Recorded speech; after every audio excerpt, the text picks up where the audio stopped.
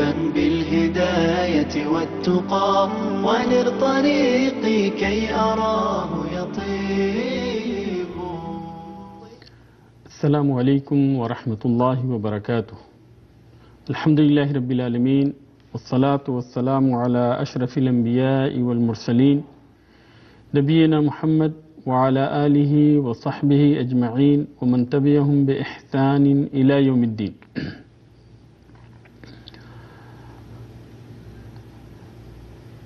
ہم سب سے پہلے آپ سارے ناظرین کو، درشک کو اس پروگرام کے اندر، جو کہ ایک نیا پروگرام ہے، ویلکم کرتے ہیں، خوش آمدید کرتے ہیں۔ اس پروگرام میں ہم ایک مشہور کتاب جس کا نام 40 النوویہ ہے، 40 احادیث، اس حدیث کے بارے میں ہم مختلف ایپیسوڈ کے اندر گفتگو کریں گے اور ان احادیث کے اوپر ہم چرچا کریں گے۔ لیکن اس سے پہلے کہ ہم اس حدیث کے بارے میں چرچا کریں، یہ ضروری سمجھتے ہیں کہ اس کتاب کے بارے میں کچھ باتیں آپ کے سامنے رکھیں۔ یہ کتاب جو 40 النوویہ ہے، یہ ایک بہت ہی اہم ترین کتاب ہے، اور اس کے جو لیکھک ہیں امام نووی رحمہ اللہ، یہ بہت ہی بڑے عالم تھے، اور انہوں نے جتنی بھی کتابیں لکھی بہت ہی اخلاص کے ساتھ، للہیت کے ساتھ لکھی، اسی لیے ان کی کتابیں ہر طرف مشہور ہوئیں۔ اور ان کی کتابوں میں سے ایک کتاب ریاض الصالحین، یہ ایک ایسی کتاب ہے جو کہ تقریباً ہر مسجد کے اندر پائی جاتی ہے۔ اور اسی طرح سے ان کی یہ کتاب بھی 40 النوویہ بھی، 40 احادیث، حالانکہ اس کے اندر 42 حدیثیں ہیں، لیکن یہ کتاب بھی لوگوں کے درمیان بہت ہی زیادہ مقبول ہے، کیونکہ اس کے اندر جو حدیثیں ہیں وہ حدیثیں عبادت کے بارے میں بھی ہیں، اخلاق کے بارے میں بھی ہیں، معاملات کے بارے میں بھی ہیں، تو اس طریقے سے زہد و تقوی کے بارے میں بھی ہیں۔ انہوں نے اس مختصر سی کتاب کے اندر ہر موضوع سے متعلق حدیث کو اکٹھا کر دیا ہے۔ اس کتاب کی سب سے پہلی حدیث جو ہے وہ حدیث امیر المؤمنین عمر بن خطاب رضی اللہ تعالی عنہ کی ہے۔ الحدیث الاول عن امیر المؤمنین ابی حفص عمر بن الخطاب رضی اللہ تعالی عنہ قال سمعت رسول اللہ صلی اللہ علیہ وسلم یقول انما الاعمال بالنیات وانما لكل امرئ ما نوى فمن كانت هجرته الى الله ورسوله فهجرته الى الله ورسوله ومن كانت هجرته لدنيا يصيبها او امرأة ينكحها فهجرته الى ما هاجر اليه۔ اس حدیث کے راوی امیر المؤمنین ابو حفص عمر بن خطاب رضی اللہ تعالی عنہ ہیں۔ عمر بن خطاب رضی اللہ تعالی عنہ کی شخصیت کوئی ایسی شخصیت نہیں ہے جو کہ تعارف کا بہت ہی زیادہ محتاج ہو۔ نبی کریم صلی اللہ علیہ وسلم کے بعد سب سے پہلے خلیفہ ابو بکر رضی اللہ تعالی عنہ ہوئے، اور ابو بکر رضی اللہ تعالی عنہ نے اپنے بعد عمر بن خطاب رضی اللہ تعالی عنہ کو خلیفہ چنا۔ تو اس طریقے سے یہ نبی کریم صلی اللہ علیہ وسلم کے بعد میں دوسرے خلیفہ ہیں، خلیفۃ المسلمین، جن کا لقب سب سے پہلے امیر المؤمنین ہوا۔ اسلام سے پہلے بھی یہ جب اسلام کو اپنائے نہیں تھے تو بہت ہی زیادہ اسلام کے خلاف تھے، اور ان کی ہر طرح کی کوشش تھی کہ اسلام کو مٹا دے۔ لیکن جب ان کے دل کے اندر اسلام رچ بس گیا، اسلام کو انہوں نے اپنے دل سے اپنا لیا، تو اللہ تبارک و تعالیٰ نے ان کے اندر ایسی قوت بخشی، ایمانی قوت، کہ اس قوت کی وجہ سے، جیسا کہ نبی کریم صلی اللہ علیہ وسلم نے فرمایا، ما سلک عمر طریقا الا سلک الشیطان طریقا غیر، کہ جب عمر راستے میں نکل جاتے ہیں تو شیطان اپنا راستہ بدل لیتا ہے۔ تو یہ حق اور باطل کے خلاف یہ فرق کرنے والے تھے۔ ان کے اسلام لانے کے بعد ہی نبی کریم صلی اللہ علیہ وسلم اور صحابہ کرام علی الاعلان عبادت کرنے کے لیے کعبے کی طرف نکلے۔ عمر بن خطاب رضی اللہ تعالی عنہ اس حدیث کے راوی ہیں، اور وہ کہتے ہیں سمعت رسول اللہ صلی اللہ علیہ وسلم یقول، میں نے رسول اللہ صلی اللہ علیہ وسلم کو یہ کہتے ہوئے سنا، انما الاعمال بالنیات، کہ عمل کی درستگی کا دار و مدار نیت کے اوپر ہے، وانما لکل امرئ ما نوى، اور ہر انسان کو وہی چیز حاصل ہوتی ہے جس کی وہ نیت کرتا ہے۔ فمن كانت ہجرته الى اللہ ورسولہ، تو جس انسان کی ہجرت نیت کے اعتبار سے اللہ اور اس کے رسول کی جانب ہوتی ہے، فہجرته الى اللہ ورسولہ، تو ثواب کے اعتبار سے اس کی ہجرت اللہ اور اس کے رسول کی جانب مانی جاتی ہے۔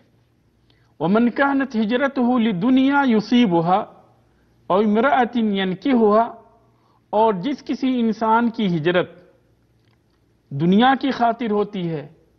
یا کسی عورت سے نکاح کرنے کی خاطر ہوتی ہے، فہجرته الى ما هاجر الیہ، تو انجام کے اعتبار سے اس کی ہجرت اسی جانب ہوتی ہے جس کی خاطر وہ ہجرت کرتا ہے۔ رواہ امام المحدثین ابو عبداللہ محمد ابن اسماعیل ابن ابراہیم ابن المغیرہ ابن بردزبہ البخاری۔ اس حدیث کو امام المحدثین ابو عبداللہ محمد ابن اسماعیل البخاری نے، اور اسی طرح سے ابو الحسین مسلم بن الحجاج ابن مسلم القشیری النساپوری نے اپنی صحیح کے اندر، ان دونوں بڑے اماموں نے اپنی صحیح کے اندر اس حدیث کو روایت کی۔ اس اعتبار سے یہ حدیث بہت ہی عظیم ترین حدیث ہے کہ اس حدیث کے اندر نبی کریم صلی اللہ علیہ وسلم نے عمل کی درستگی کا جو دار و مدار ہے اس دار و مدار کو بیان کیا ہے، کیونکہ کوئی بھی عمل اس وقت تک قبول نہیں ہوتا جب تک کہ وہ عمل اللہ تبارک و تعالیٰ کے لیے خالص نہ ہو۔ تو اس اعتبار سے یہ حدیث بہت ہی زیادہ اہم ہے، اور تقریباً جتنے بھی مسائل ہیں ان سارے مسائل کے اندر یہ حدیث فٹ بیٹھتی، کیونکہ اگر انسان کی نیت درست نہیں ہے تو اس کا عمل چاہے جتنا ہی نیک کیوں نہ ہو، وہ عمل اللہ تبارک و تعالیٰ کے ہاں قابل قبول نہیں۔ تو اس اعتبار سے ہر مسئلے کے اندر یہ حدیث فٹ بیٹھتی، اور کوئی بھی کام اگر اس کے اندر نیت درست نہیں ہے تو پھر ایسی صورت میں وہ کام، وہ عمل اللہ تبارک و تعالیٰ کے ہاں قابل قبول نہیں۔ اس حدیث کے اندر ہم کئی ایک پوائنٹ کے بارے میں گفتگو کریں گے، کئی ایک پوائنٹ کی روشنی میں اس حدیث کے بارے میں ہم گفتگو کریں گے۔ ان میں سب سے پہلی چیز تو یہی ہے کہ نبی کریم صلی اللہ علیہ وسلم نے جو یہ فرمایا کہ انما الاعمال بالنیات، عمل کی درستگی کا دار و مدار نیت کے اوپر ہے، تو اس کے اندر آپ صلی اللہ علیہ وسلم نے اس بات کی وضاحت کر دی کہ کوئی بھی عمل نیت کی درستگی کے بغیر اللہ تبارک و تعالیٰ کے ہاں قابل قبول نہیں۔ کوئی بھی عمل اس کے اوپر بندہ اس وقت تک ثواب نہیں دیا جائے گا جب تک کہ اس کا عمل خالص نیت کے ساتھ نہ ہو، اس کی نیت درست نہ ہو، اس وقت تک اس کا عمل اللہ تبارک و تعالیٰ کے ہاں قابل قبول نہیں۔ اور اس حدیث کو اگرچہ صرف عمر بن خطاب رضی اللہ تعالی عنہ نے روایت کیا ہے، لیکن قرآن کے اندر بھی اس حدیث کی تائید میں بہت ساری آیتیں ہیں، اور اسی طرح سے دوسری احادیث کے ذریعے سے بھی اس حدیث کی تائید ہوتی ہے۔ چنانچہ اللہ تبارک تعالیٰ نے فرمایا وَمَا تُنْفِقُونَ إِلَّا ابْتِغَاءَ وَجْهِ اللَّهِ، کہ جو اللہ تبارک و تعالیٰ کی رضا کے لیے جو چیز ہوتی ہے وہی چیز جو ہے اللہ تبارک و تعالیٰ کے ہاں قابل قبول ہوتی۔ تو اگر نیت ہے، نیت درست ہے، تو پھر ایسی صورت میں وہ چیز اللہ تبارک و تعالیٰ کے ہاں قابل قبول ہے۔ اسی طریقے سے نبی کریم صلی اللہ علیہ وسلم نے سعد بن ابی وقاص رضی اللہ تعالیٰ عنہ کو کہا تھا وَعْلَمْ أَنَّكَ لَن تُنْفِقَ نَفَقَةً تَبْتَغِي بِهَا وَجْهَ اللَّهِ إِلَّا أُجِرْتَ عَلَيْهَا، کہ جو کچھ بھی تم اللہ تبارک و تعالیٰ کے راستے میں خرچ کرتے ہو، اللہ تبارک و تعالیٰ کی رضا کے لیے خرچ کرتے ہو، اس کے اوپر اللہ تبارک و تعالیٰ تمہیں اجر دے گا۔ حَتَّى مَا تَجْعَلَهُ فِي فِي امْرَأَتِكَ، یہاں تک کہ اپنی بیوی کے منہ کے اندر جو لقمہ ڈالتے ہو، اگر صدق دلی کے ساتھ، اخلاص کے ساتھ، اللہ تبارک و تعالیٰ سے ثواب کی امید رکھتے ہوئے یہ کام کرتے ہو، تو اس کے اوپر بھی تمہیں اجر دیا جائے گا۔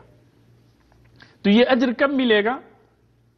جب بندہ اس کی نیت کرے، ثواب کی نیت کرے، تب بندے کو اس کے اوپر اجر ملتا ہے۔ لیکن اگر عادتاً وہی وہ کام کرتا ہے کہ سارے کے سارے لوگ جو ہے اپنے بال بچوں پہ خرچ کرتے ہیں، ہم بھی اپنے بال بچوں کے اوپر خرچ کر رہے ہیں، تو پھر ایسی صورت میں وہ اجر و ثواب سے محروم ہو جاتا۔ لیکن جب اس کی نیت یہ ہوتی ہے کہ یہ اللہ تبارک و تعالیٰ کا حکم ہے، اللہ تبارک و تعالیٰ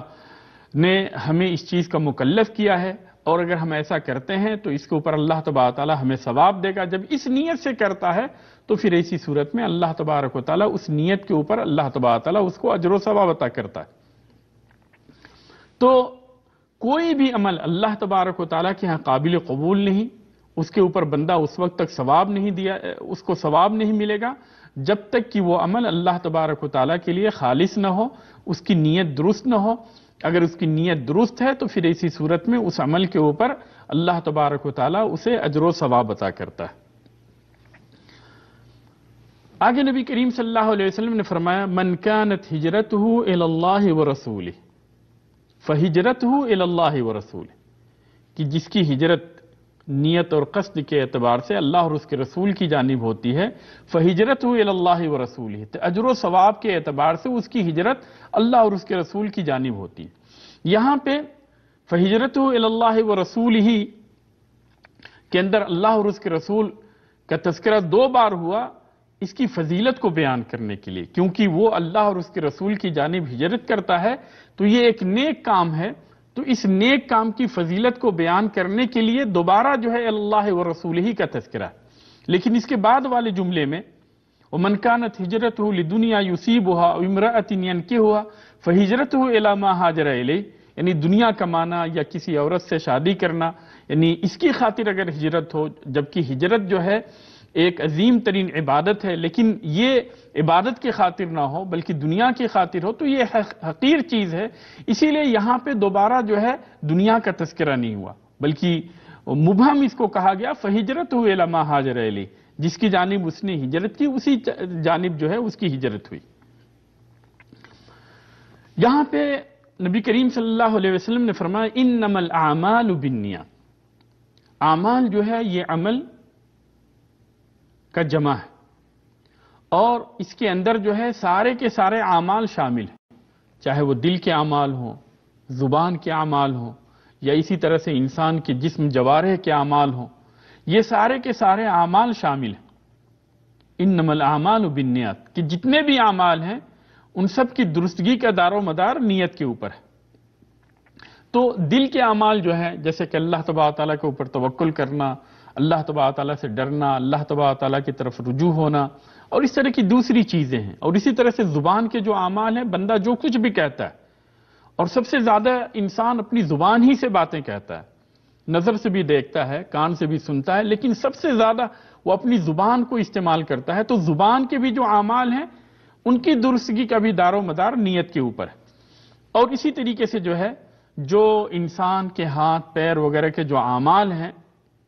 ان کی درستگی کا بھی دار و مدار نیت کے اوپر ہے۔ تو سارے اعمال کی درستگی کا دار و مدار جو ہے نیت کے اوپر ہے، اور نیت کا مطلب ہوتا ہے قصد اور ارادہ۔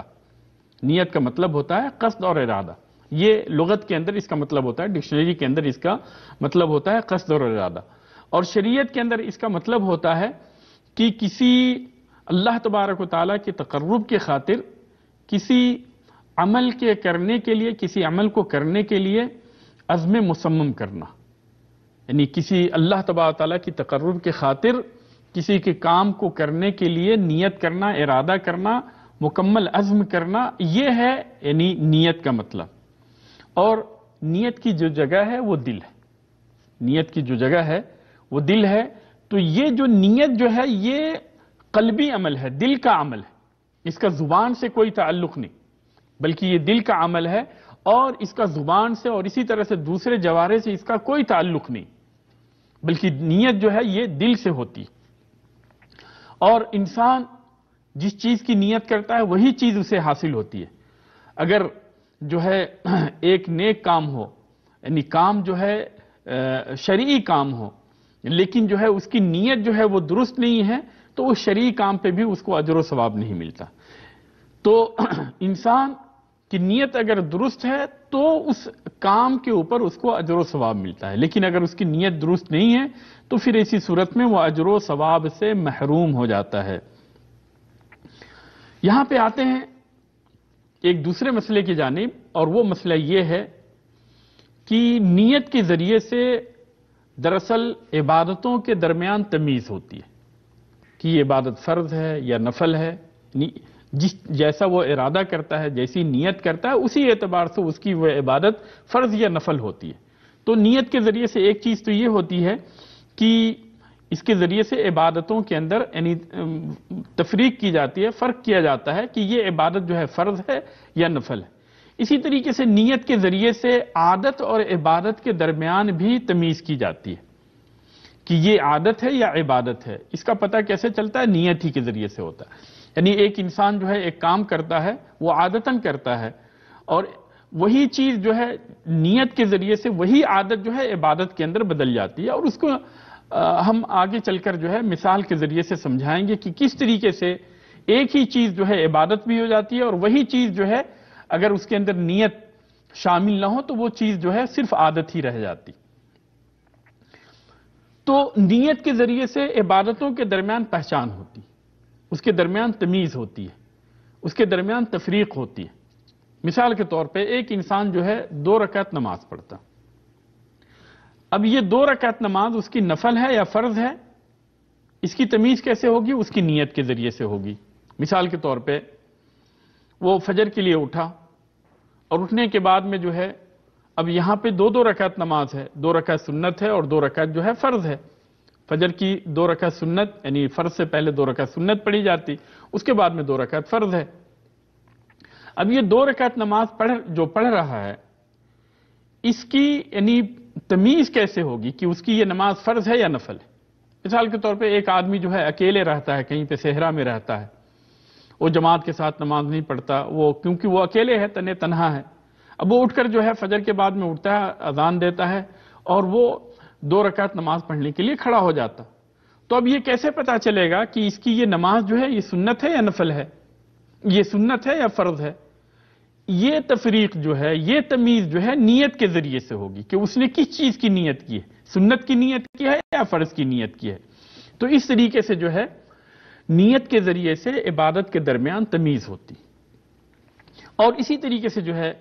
ایک دوسری مثال کے ذریعے سے بھی اس کو سمجھ لیں. مثال کے طور پہ ایک آدمی جو ہے وہ جنبی ناپاک ہو گیا، ناپاک ہونے کے بعد میں وہ نہا رہا،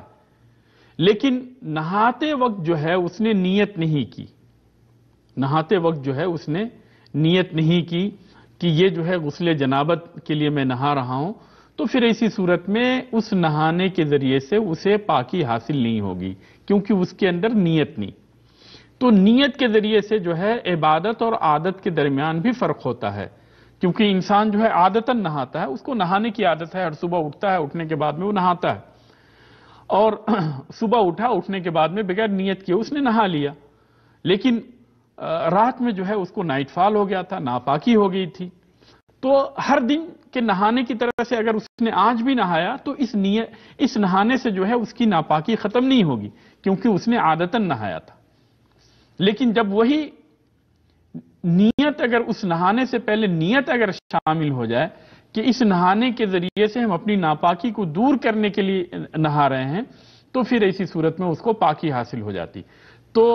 نیت کے ذریعے سے عادت اور عبادت کے درمیان میں بھی تمیز ہوتی ہے، فرق ہوتا ہے.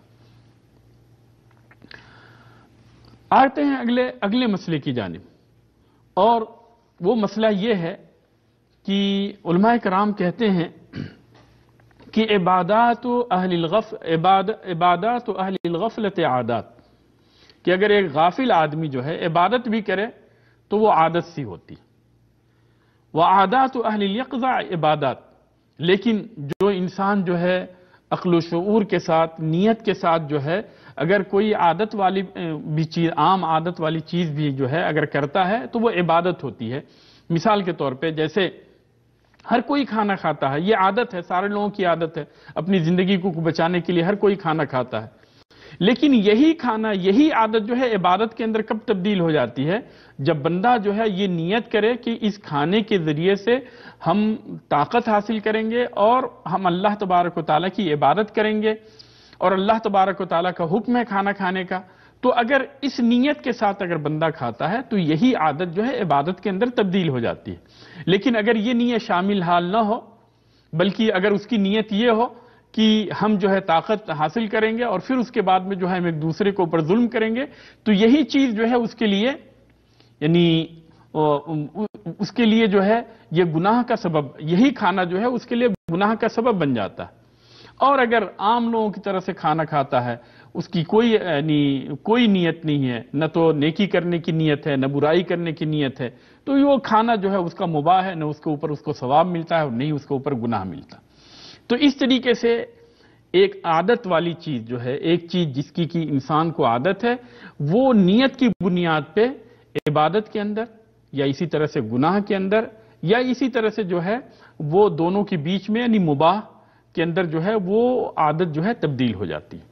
تو اگر بندہ جو ہے کھانے کے ذریعے سے یہ نیت کرتا ہے کہ ہم اللہ تبارک و تعالیٰ کی عبادت کریں گے، ہمیں طاقت حاصل ہوگی، ہم اللہ تبارک و تعالیٰ کی عبادت کریں گے، تو اس کے اوپر اس کو ثواب ملتا. اور اگر اس کی نیت یہ ہوتی ہے کہ ہم کسی کے اوپر ظلم کریں گے تو اس کی وجہ سے اس کو گناہ ملتا ہے. اور اگر کسی چیز کی بھی نیت نہیں ہوتی ہے، نہ نیکی کی نہ برائی کی، تو وہ کھانا جو ہے مباح ہوتا ہے، نہ اس کے اوپر اسے نیکی ملتی ہے اور نہیں اس کے اوپر اس کو گناہ ملتا ہے. تو اس طریقے سے نیت کے ذریعے سے انسان